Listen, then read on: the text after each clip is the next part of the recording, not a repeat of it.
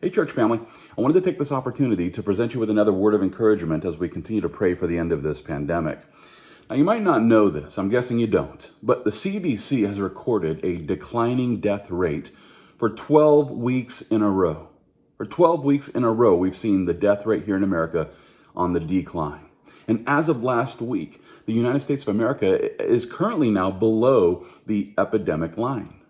I'm guessing you didn't know this, but it's true. But why is it that we don't know this? Well, one reason why is because the information doesn't promote panic. And the mainstream media, well, they would rather focus on the viral surge taking place here in Texas or there in Florida. With all of this, they want to convince us that we have to continue locking down and there's no way to open up the schools and we have to continue living in fear. According to the CDC, listen, the excess mortality rate here in Texas for all causes of death has only increased by 2% this year.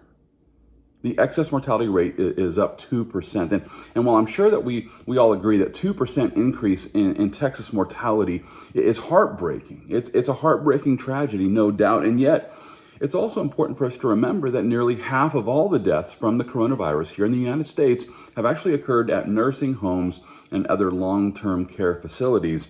Because the coronavirus is difficult for the elderly to recover from, especially those who have pre-existing conditions. It's for this reason that I encourage those who are over the age of 70, self-quarantine, take care of yourself, make sure that you are doing everything necessary to protect yourself from this virus. At the same time, though, listen, the case fatality rate here in America for those under 70, it's 0.04%. Listen, 0.04%, this is lower than the mortality rate for the seasonal flu.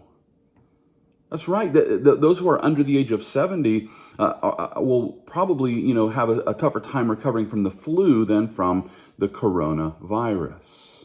And what's even more interesting about this percentage, 0.04%, here's another interesting tidbit for you. To date, Texas has only seen 1/3 of the flu deaths that normally occur in any given year. This is based on the numbers that come from the Texas Department of Health. Now, as we consider this decrease of deaths from the seasonal flu, I can't help but to wonder, why isn't the media rejoicing over this? Why aren't they saying, hey, 2/3 of those who would normally die from the flu have survived, or why isn't this a source of good news? Why aren't we rejoicing over this recent victory over the flu? And I think we all understand the answer to this question. It doesn't fit the narrative.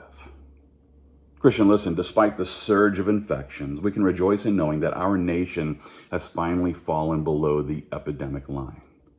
And we can also rejoice in knowing that doctors are discovering new ways to treat this virus, thereby helping with recovery. I recently told you about the inhaled steroid that Dr. Richard Bartlett is using to treat his patients. Recently, a hospital administrator from the Frio Regional Hospital, they recently confirmed the effectiveness of this nebulizer treatment. And according to Dr. Bartlett, the ICU of that hospital has cleared every COVID patient after treating them with budesonide, which is a respiratory anti-inflammatory medicine. It's my prayer that more ICUs throughout America will begin to try this treatment. And it's my prayer that this medicine will help people to recover. But in light of all the current trends and treatments surrounding COVID-19, it seems to me that we're on the verge of gaining the victory over this virus. Now, it's possible that I'm wrong about this. It's possible that it's all, going to come right back, and maybe a second wave is going to wipe out 1/3 of the earth. That's all possible. And yet I would remind you that those who trust in Jesus have already been given the victory. Jesus has already given the victory to those who trust in him. And the reason why is because Jesus has already overcome this world. It's for this reason that I encourage every healthy Christian to come out and corporately sing the praises of the one who has given us the victory over sin and death. If you're here in Austin, Texas, then I invite you, join us at our weekly services right here at Calvary South Austin. If you'd like to know more about our service times and the measures that we're taking to sanitize our facility and prepare for corporate worship in a safe environment, then you can find all this information right here at calvarysouthaustin.com. I hope to see you soon, but until then, let's continue to fight the good fight of faith, all for the glory of God.